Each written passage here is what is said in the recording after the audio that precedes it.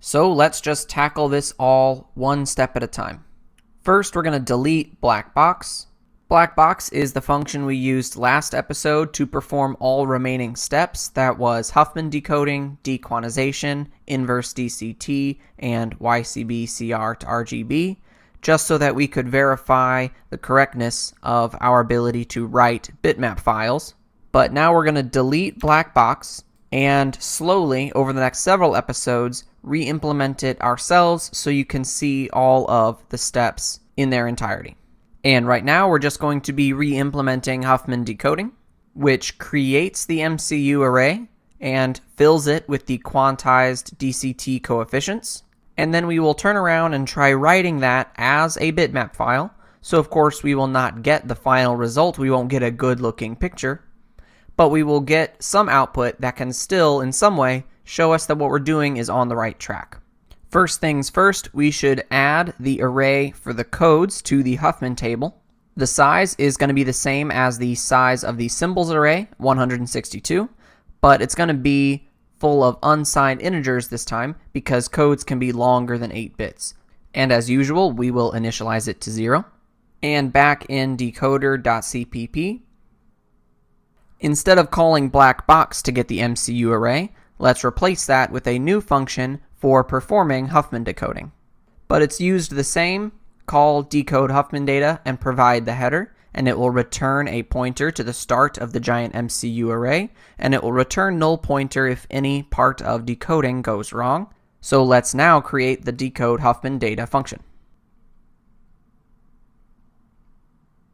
In the interest of time, I'm not going to be live typing all of the code like in previous episodes, so I will simply add a couple lines at a time, talk about them, explain why we're doing what it is that we're doing, and then carry on.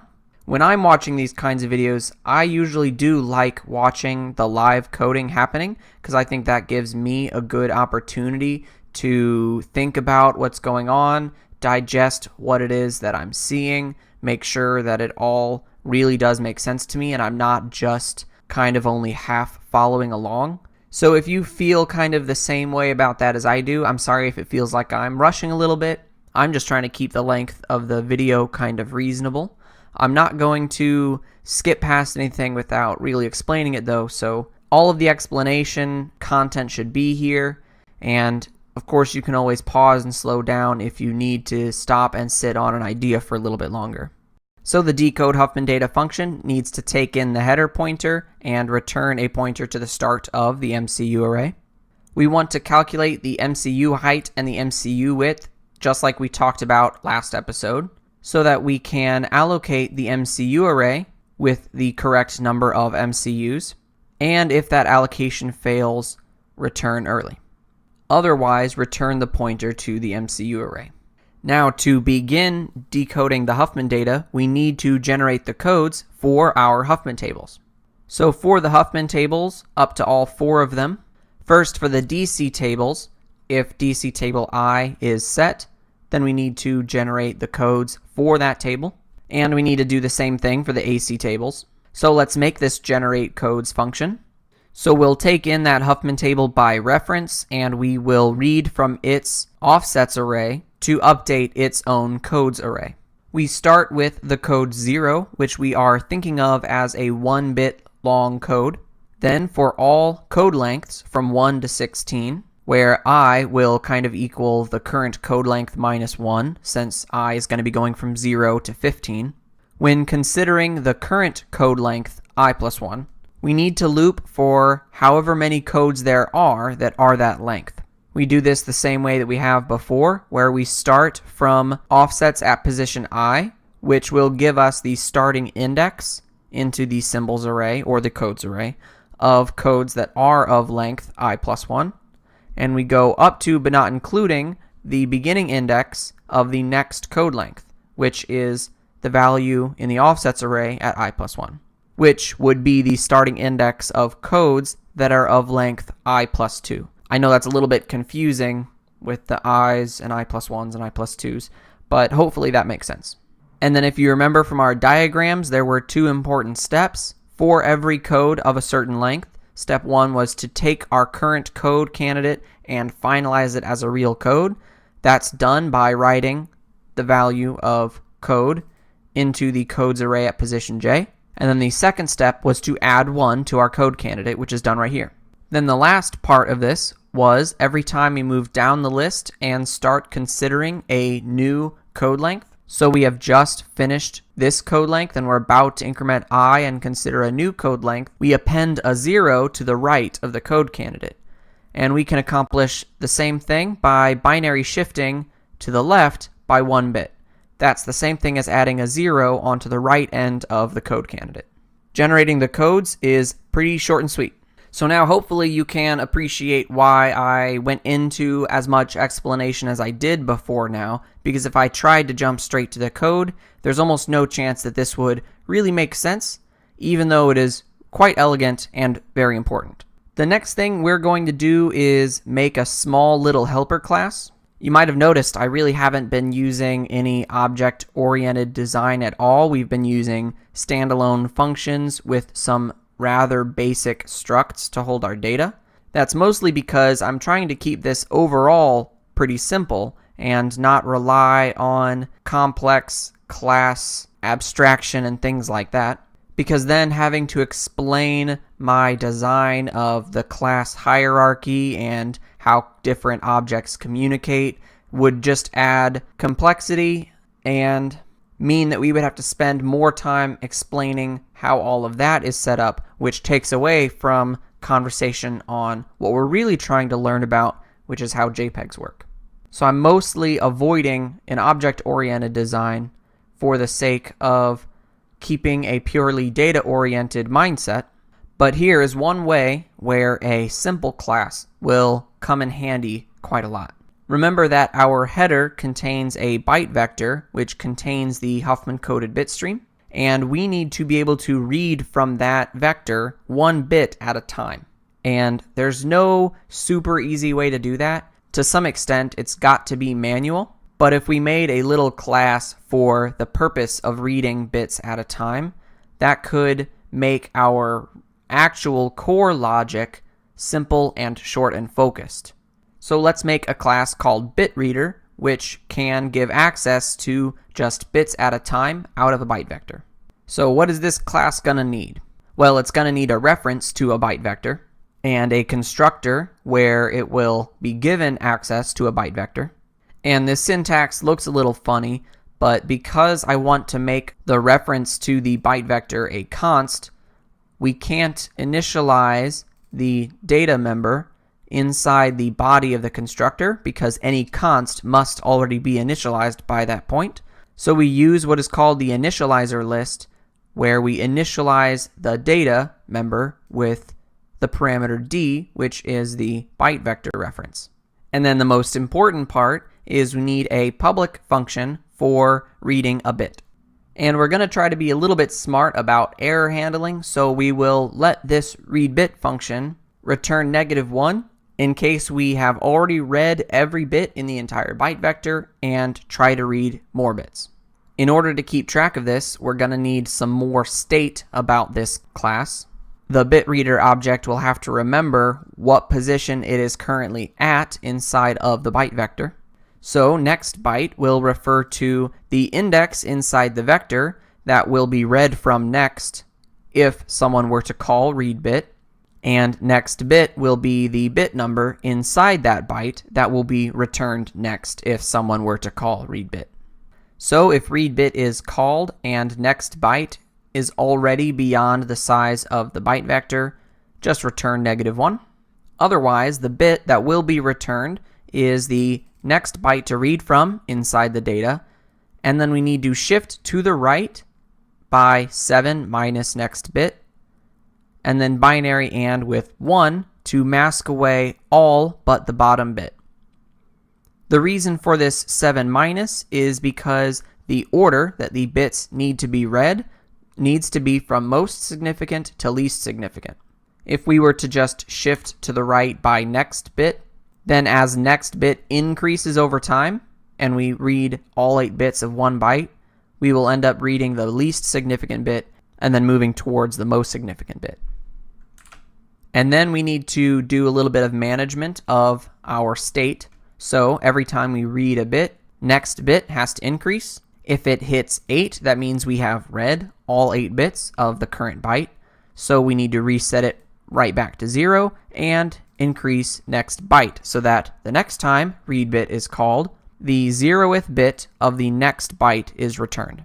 And then we return the bit that we read a moment ago. This would kind of be good enough for the whole bit reader class, but let's also add a read bits function so that many bits can be collected together and returned, which can return numbers that stretch across multiple bytes and have arbitrary starting and ending positions. So we will collect all the bits that we read in this local variable called bits. Then we will loop for the requested length.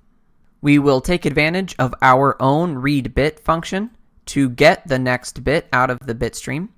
And we will use this bit to combine with the bits we have read so far by shifting bits to the left by 1 to make room, and then ORing the new bit on the right end of that. And then return bits after the correct number of bits have been read. However, we want to check if bit that is returned by read bit is equal to -1, meaning in the middle of reading these bits, we have read the entire byte vector. So set our return value to -1 and break.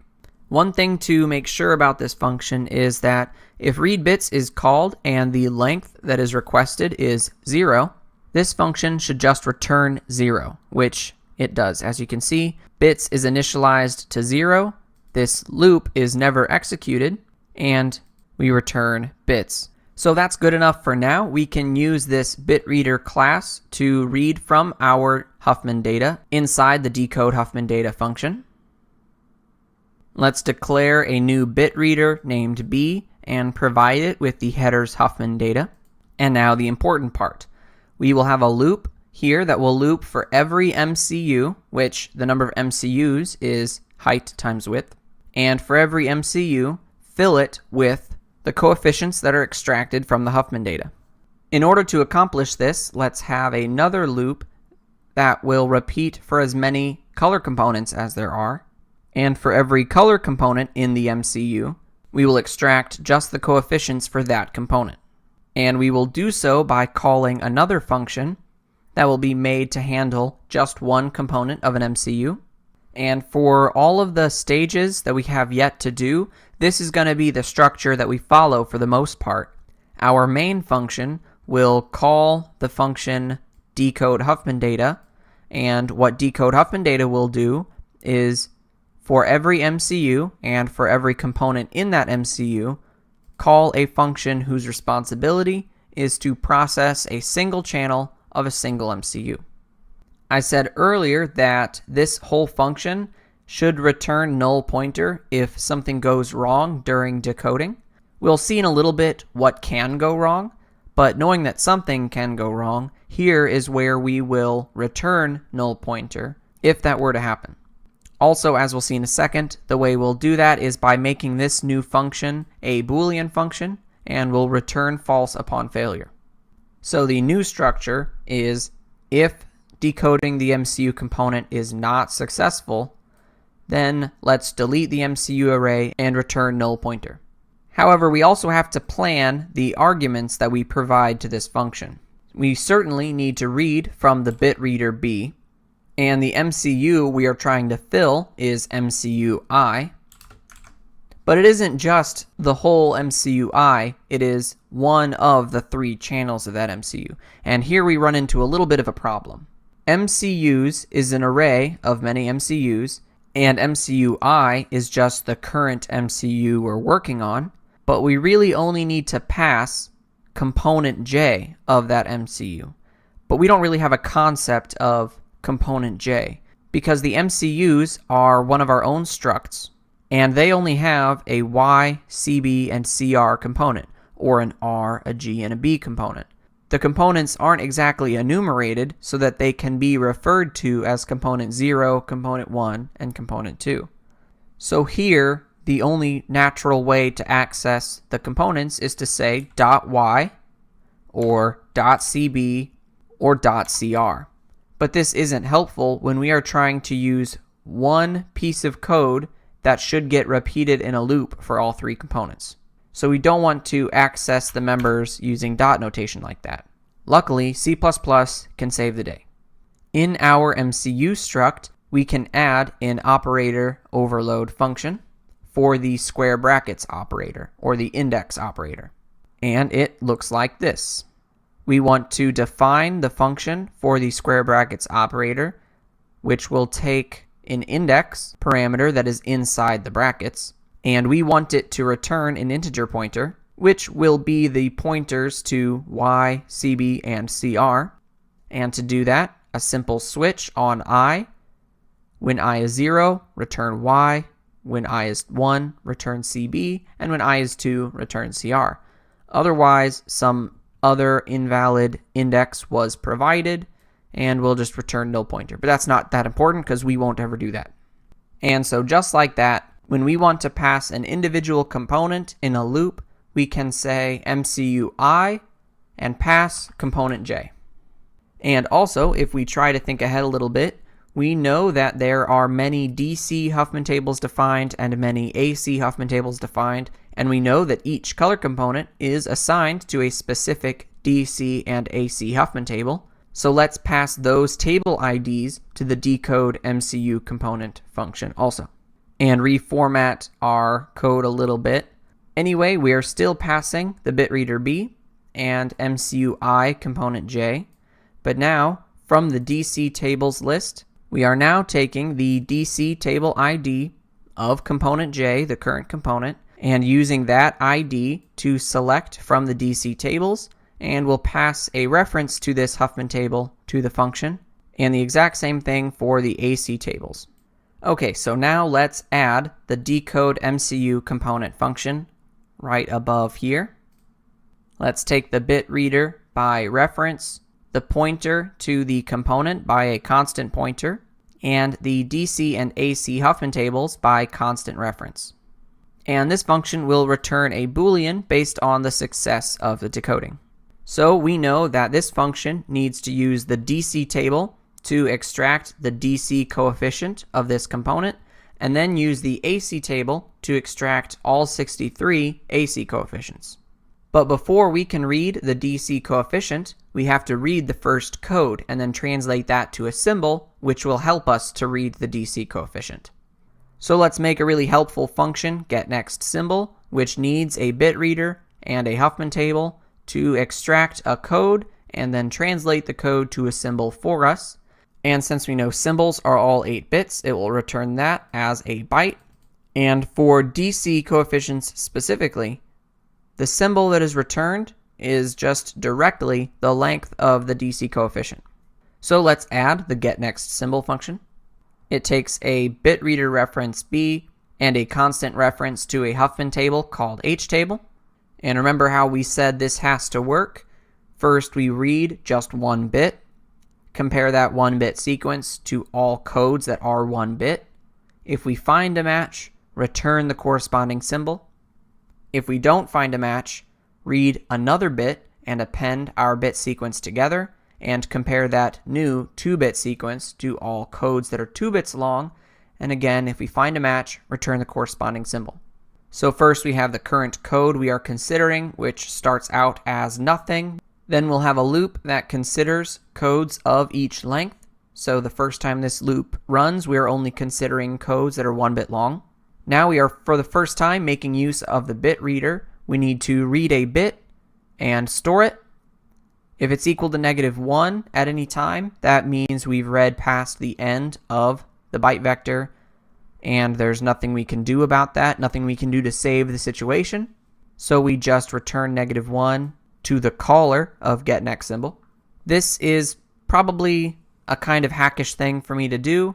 This function returns a byte, which is an unsigned char, so it has only the possible values 0 through 255. So when we return -1, that ends up getting forced into the valid range, 0 to 255, and -1 specifically gets changed into 255. What makes this really hackish is that The only reason this is okay is by the coincidence that FF, or 255, is not a valid symbol. So we can detect for -1 or FF, and we know that something's gone wrong. If by happenstance FF was a real valid symbol, I would have to do a lot more thinking about another way to pass errors through our call stack. So I know it's hackish, but this works, and again, like I said, I want to keep focus on JPEG details that matter, not engineering some elaborate solution. If the bit we read is not -1, we're still in good shape, so let's append that to our current code. To do that, our current code will first shift left by 1 bit, and then OR it with the new bit we just read. Now that we have this, we need to compare this code value to all the real codes that are of the right length. So this loop looks exactly like we're used to now. We start in the offsets array at position I and go up to, but not including, the index in the offsets array at position I+1. Then all of these J values are all of the indices into the codes array that are all the codes of the same length.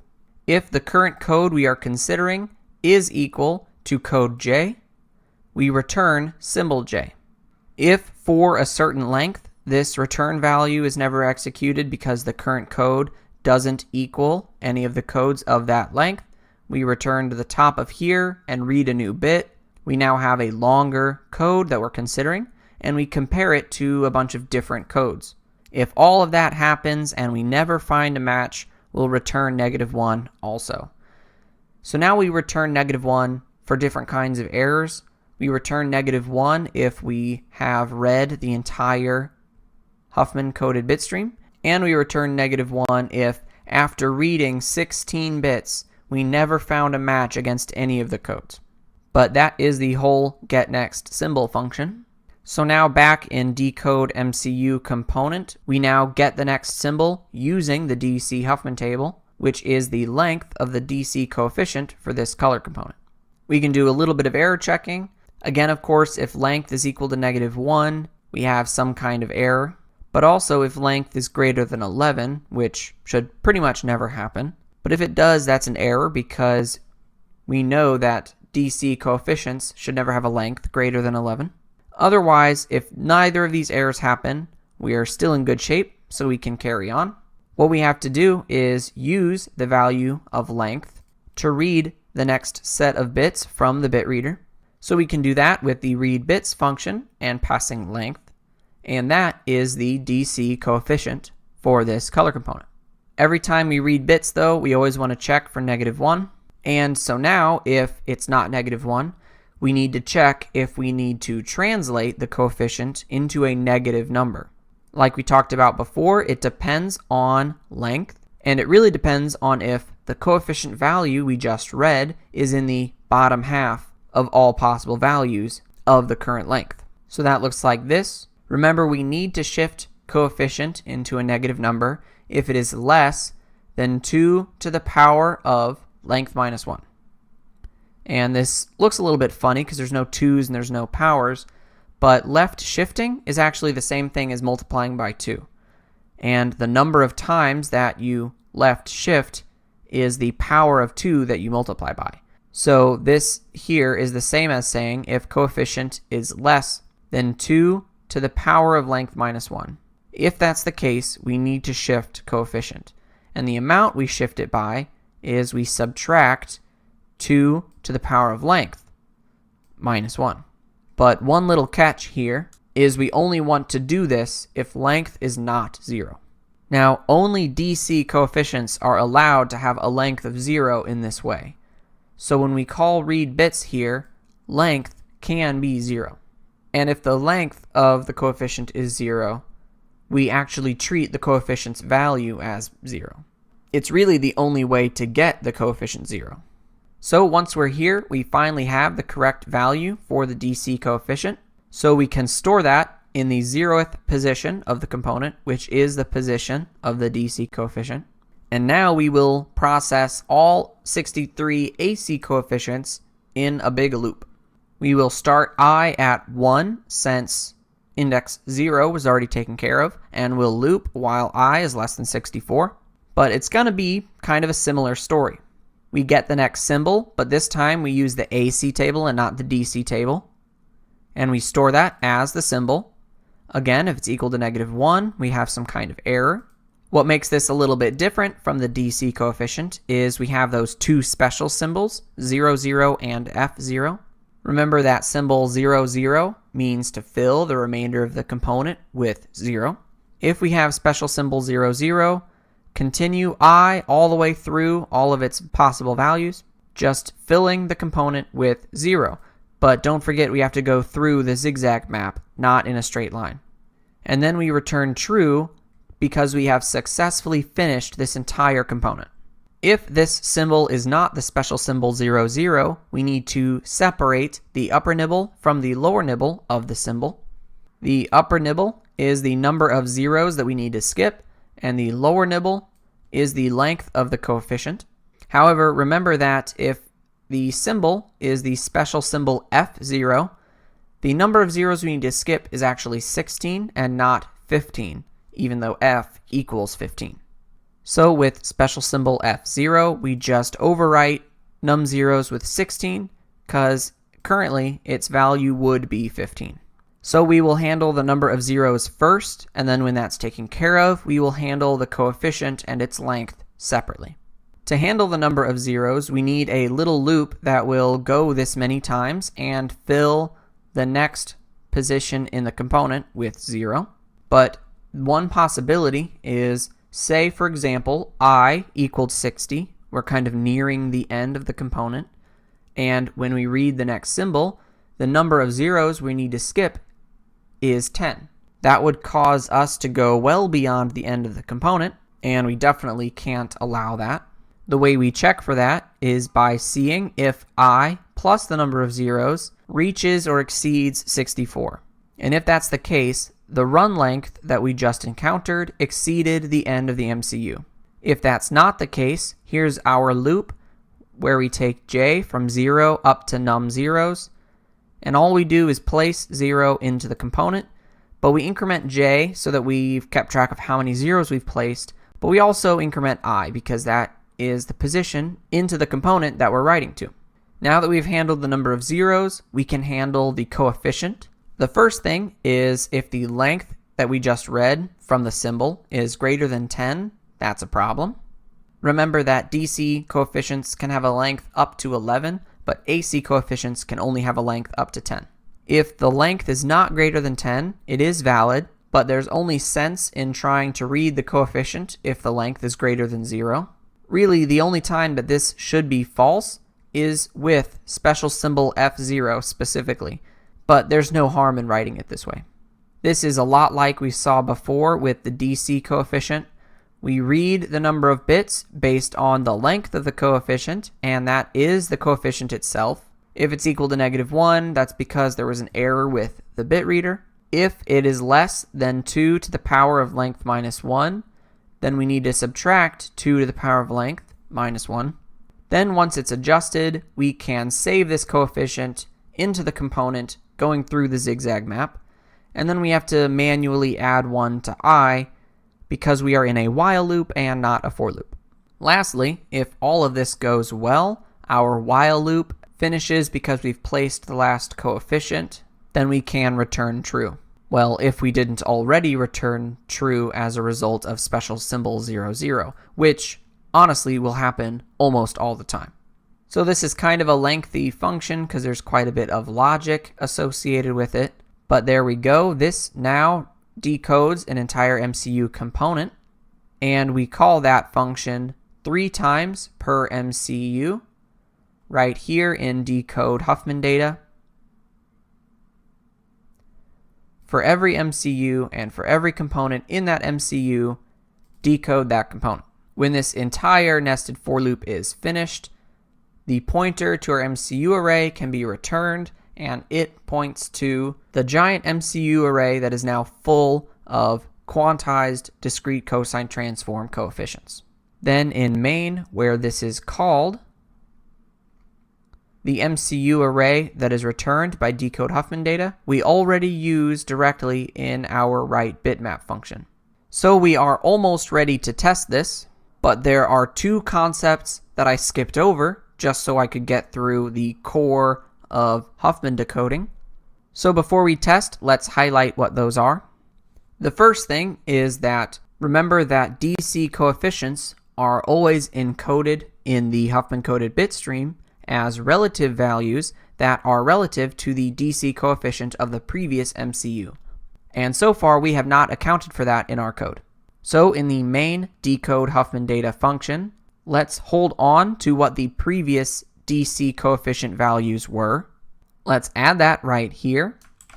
So we have a small little array of 3 ints that we initialize to 0 because the DC coefficient of the very first MCU isn't relative to anything, which is like saying it's relative to 0. So when we call decode MCU component, let's pass the previous DC value of the current color component, which is J.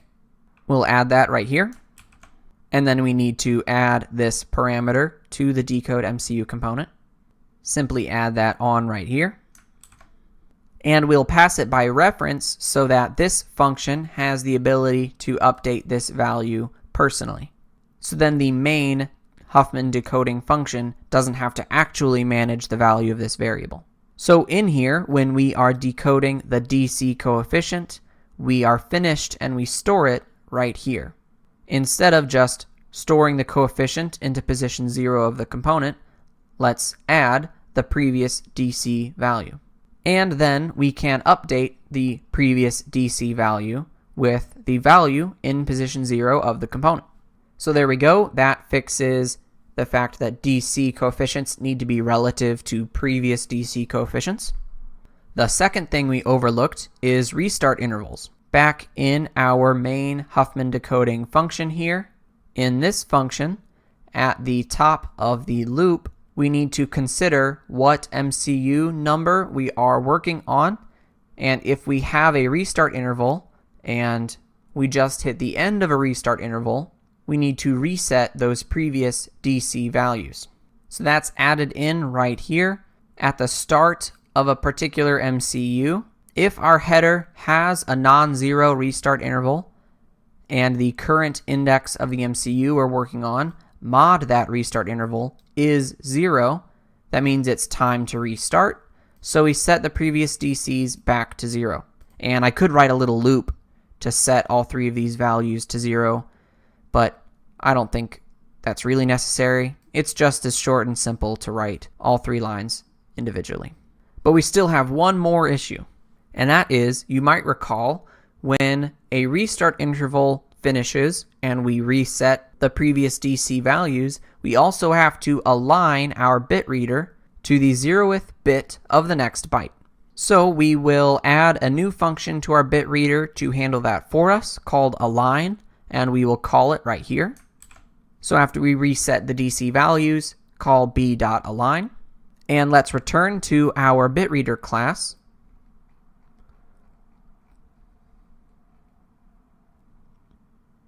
Now here we will add a function below read bits called align. So this function will bump forward to the 0th bit of the next byte. If the next byte is already beyond the size of the data and align gets called, don't bother doing anything. And also, if the next bit that would be read is already bit 0, then we don't want to do anything because we don't want to skip a whole byte and go from the 0th bit of one byte to the 0th bit of the next byte. Only align forward if we are in the middle of a byte, if we're not looking at the 0th bit. So only if we're not considering bit 0, then set next bit to 0 and increment next byte. And I realize this kind of is a little bit confusing because here next bit 0 means the first bit that would get read, but as far as how bits are usually numbered, that would be the bit in position 7. So I know that sounds a little bit confusing. Try to keep that straight. And that should be everything. So now I think we're ready to go ahead and test this code out. We will make, and like usual, let's run this on cat first. And it finished without complaining, so that's good. Let's take a look at it now.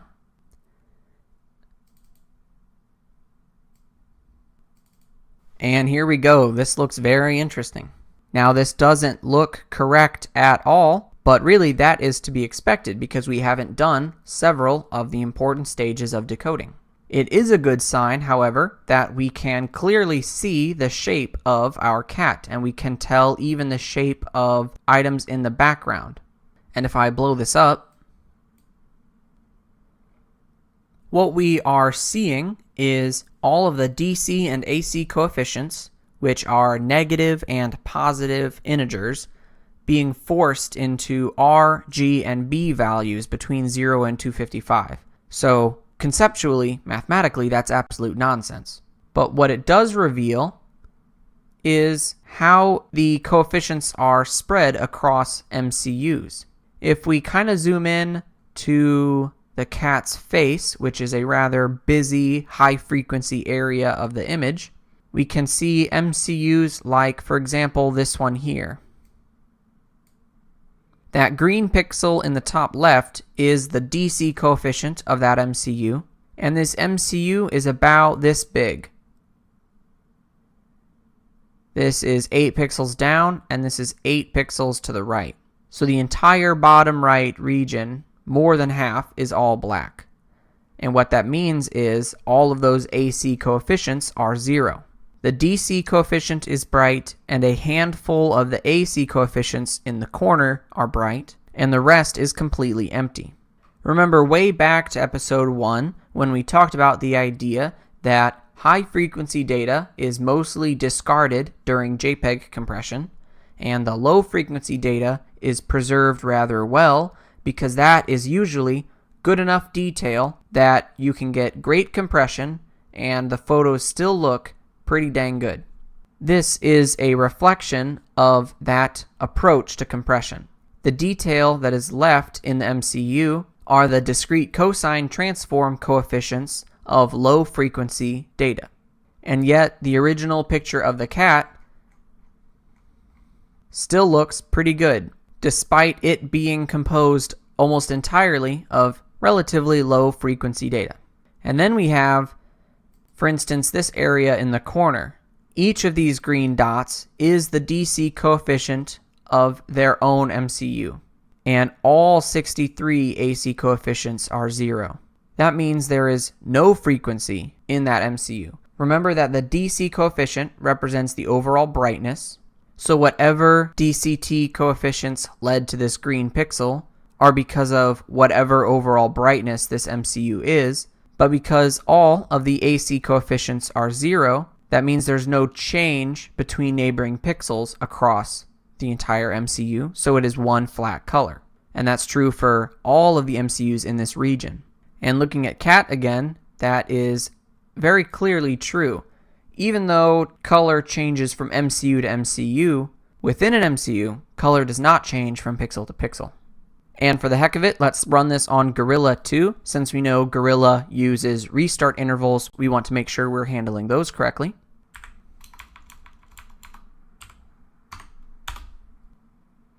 And this is Gorilla.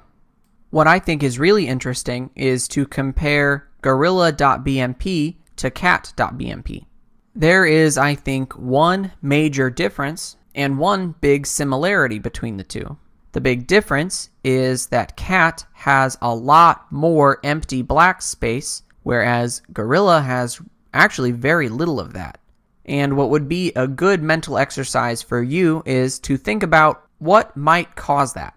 Knowing what the coefficients mean and how they're represented currently, try to come up with one or two causes that would make cat have a lot of empty space and Gorilla have almost none. The similarity between the two is that they are both prominently very red. Now I know I said it's mostly nonsense for us to turn the coefficients that are still quantized into RGB values, and that's true. It is nonsense, but there is still a pattern that has emerged that red is much more prominent than green and blue. So another good exercise for you is try to hypothesize about why that might be. why would red be so much more prevalent in these bitmaps at this stage than green or blue would? Alright, well, I think that about does it for this episode. I know this one was another really long one, so thanks for watching it all the way through. I hope you enjoyed it. This, honestly, is probably my personal favorite episode. I think the whole Huffman decoding process is elegant and fascinating. Hopefully you appreciate it as well. Next episode, I will answer the questions I just posed to you about these two images, and we will continue on to the next step of decoding, which is to perform dequantization. Alright, thanks again, and I will see you next time in episode 5.